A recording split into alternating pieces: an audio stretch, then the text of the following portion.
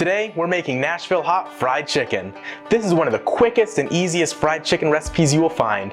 And whether you're eating it plain or dipping it in sauce, this chicken will be sure to be a hit at any event. So what are we waiting for? Let's turn up the heat.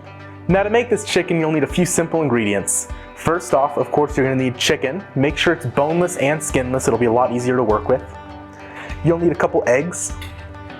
You'll need plain Panko Bread Crumbs. You'll need a little bit of flour. You'll need some cayenne pepper, a little bit of onion powder, a little garlic powder, and some salt. And to cook the chicken, you're gonna need a good amount of vegetable oil, so make sure you have a lot. All right, the first step is that you're gonna have to cut your chicken. So I'm gonna grab one of my chicken breasts right here. It's still slightly frozen, which will actually be helpful because it's a lot easier to cut when it's frozen. I'm gonna cut off this super fatty bit right there first. And then I think I'm gonna cut this long ways because I want some nice chicken strips. And when you're cutting it, make sure your chicken's not too thick, because if it's too thick, then it's not gonna cook all the way through. So something like that should be pretty good. All right, now that our chicken's cut up, we're gonna need to put together an assembly station. So you're gonna need a couple bowls and a couple plates for this. And this will essentially work like an assembly line, so you're just gonna kind of keep moving down as you go through. So on our first plate, we're gonna put a little bit of flour. And all of these plates, as you go through them with the chicken, they're gonna start getting a little bit empty, and you can always top off with more stuff. So just a little bit of flour, just like that. Perfect, and just kind of spread it around. You don't need a ton. And make sure that flour is spread around in a somewhat even layer on the plate. Next, we're gonna need to take one of our bowls and put in probably like 2 eggs.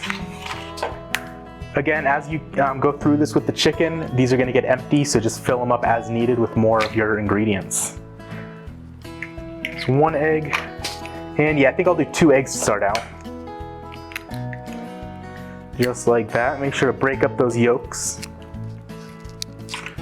Need a paper towel real quick to dry off my hands. Awesome. All right, and our third one. So this one, we're actually gonna mix up the stuff in a bowl first. So what we're gonna put in here is some of our Panko Bread Crumbs. So I don't know, maybe do like half a cup or something like that of your Panko Bread Crumbs. And then we're gonna do a dash of salt. We're gonna do a dash of garlic powder. A little bit of onion powder. Oh, that was a lot of onion powder. Either way, it'll still taste good. And then we're gonna put a lot of cayenne pepper in, because this is what's gonna give it the heat. So my spoon won't fit in there. But I'm gonna pour out maybe, I don't know, maybe like a tablespoon or so. And that should be pretty good. So we're gonna mix this together really good. Make sure it's mixed fairly evenly looking. All right, and then once it's mixed, just like we did with the flour, we're gonna pour it on a plate. And make sure to spread it out in a somewhat even layer. Just like that. All right, so I'm gonna put this stuff to the side.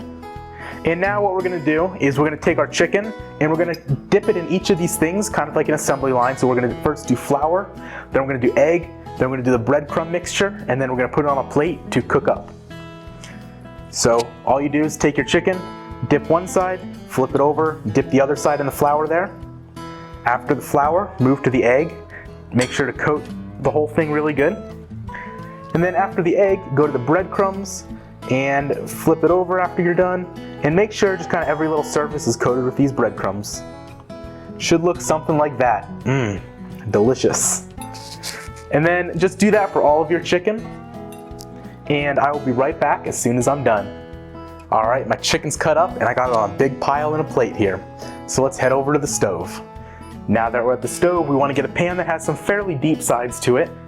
Don't want anything that's super shallow.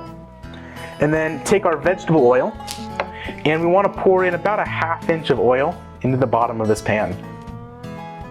Perfect. Now that oil's poured in, set your burner to medium heat, and we're going to give it a few minutes to warm up.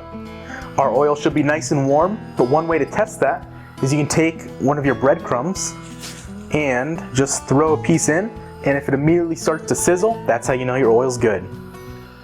So next what you want to do is take your chicken, I'm going to use tongs so I don't burn myself, and just kind of put it in one piece at a time, and it should sizzle nicely like that. And let it sizzle till the edges start to get just slightly golden brown. After the edges start to get a little bit crispy, you can go ahead and flip it. That looks beautiful. And then just give it another minute to cook. After you've flipped it and after it's given another minute or so to cook, you can go ahead and take it out. That just looks fantastic. Now what you want to do is take it and put it on another plate that has some paper towels on it to drain off all that excess oil. And then just do the rest of them and you will be pretty much done. Thank you all so much for watching. I'm posting these videos every single week, so if you like this video, give it a like and maybe even subscribe. Thank you guys, and I'll see you next time.